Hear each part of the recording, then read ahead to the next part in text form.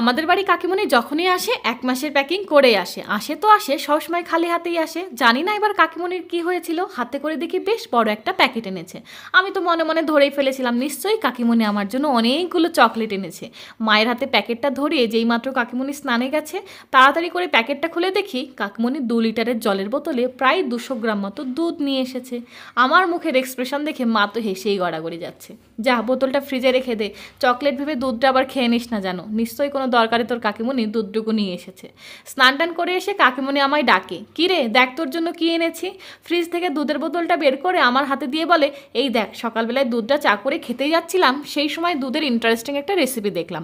ভাবলাম তুই তো অনেক ধরনের রান্না ইউটিউবে ছাড়িস, আমার এই রেসিপি বানিয়ে যদি একটু ভাইরাল হতে পারিস। তাই আর মায়ায় পড়ে চাটুকু খেতে পারলাম না রে, যা গিয়ে রেসিপিটা শুরু কর।